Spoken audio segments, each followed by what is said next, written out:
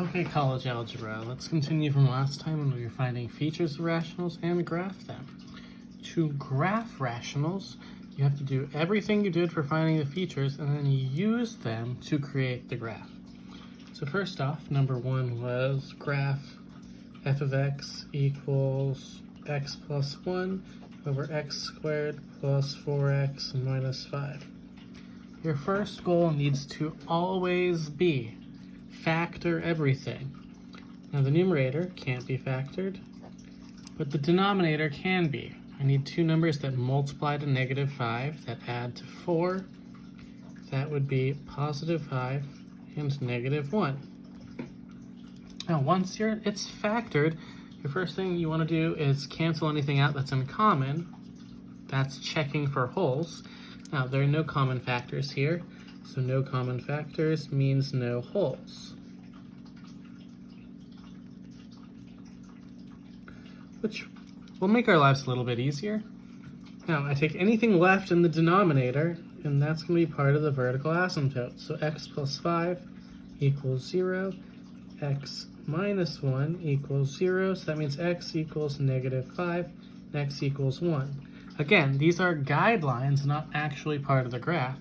Since I have a vertical line at x equals -5, and a vertical line at x equals 1.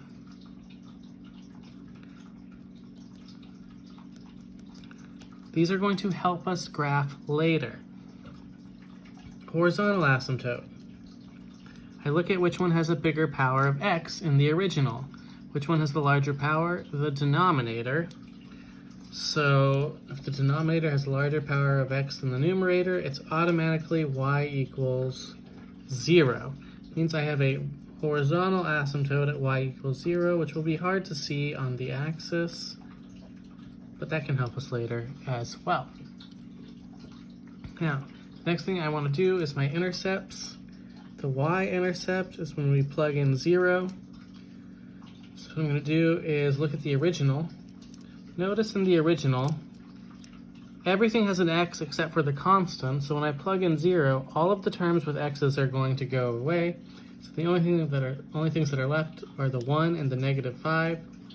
So 1 divided by -5, which is -1/5. So this is the point 0, -1/5.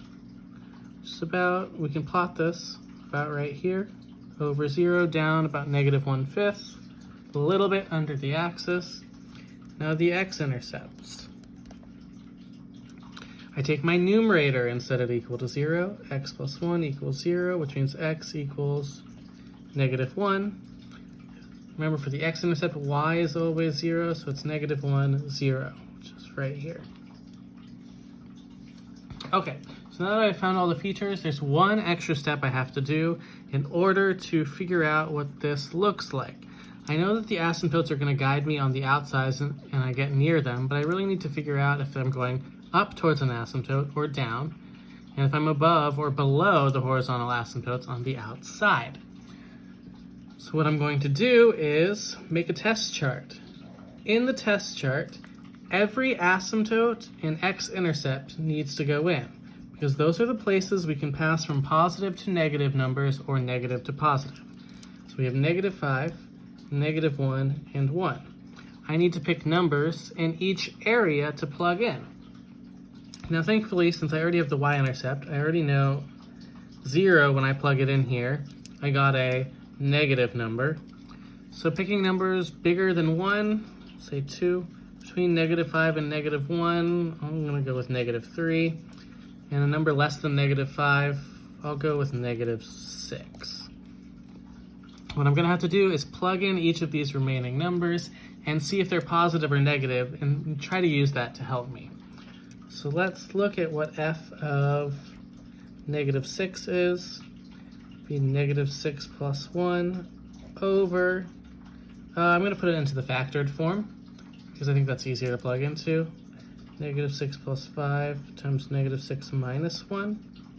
This is -5 over -1 times -7. It's -5/7. So that's a negative number. So I know I have the point -6, -5/7. Negative 6 is over here. Negative 5/7 is almost 1, not quite. So we have a number down here. Do the same thing for negative 3. F of negative 3 is negative 3 plus 1 over negative 3 plus 5 times negative 3 minus 1. It's negative 2 over 2 times negative 4. This simplifies, that's negative 2 over negative 8, which is 1/4. So we have the point negative 3, 1/4. And of course, 1/4 is a positive number.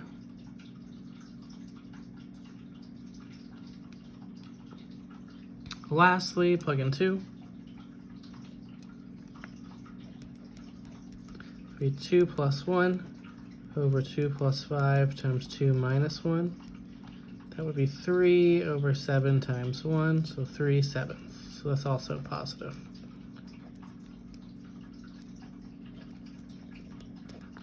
So go over to 2, 3/7 is around a half, and I graph. So how does this help me? Now, I know that my graph as it goes left to right has kind of got to approach the end point. So let's look at this right side. If it's going left from here, it's got to get close to this horizontal asymptote. Now, I can't cross and approach it from the top because that would mean there's another 0 in here somewhere. So the only place to approach it from is the bottom. It'll like curve towards the asymptote there. Similarly, it's also got to curve towards the vertical asymptote. Now again, it can't go up because there would be another 0 in here, and we know that we have the only 2 zeros already listed. There's only one 0 at negative 1. So it has to go down. So it curves down towards the asymptote. Now, the dotted lines aren't part of the graph, but this is. Similarly, in the middle, we have this point is positive, and I know all of the values here have to be positive. That's the whole point of the test chart. So if it has to approach the asymptote, it's got to go up because it cannot cross and go down and still be positive.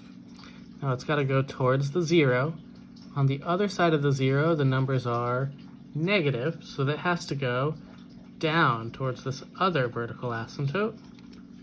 Lastly, on the right side, the numbers are all positive, so it again has to go up. And if it's going to flatten out towards the horizontal asymptote, it's got to do it above, because again, we don't have another 0. So this is what the graph looks like. If you graphed this function on a calculator or maybe like Wolfram Alpha, it'll show you this picture usually without the asymptotes. You'll just see this line. Rational functions look very strange by comparison, but if you use your features, it's not so bad. I think on your homework, mostly you're not going to have to do this, but you can use the features to identify which graph is most likely, and you don't have to actually graph it, I'm pretty sure. Anyway, I will do one more in the next video, and then that will be the end for the week, so that'll come shortly. See you soon.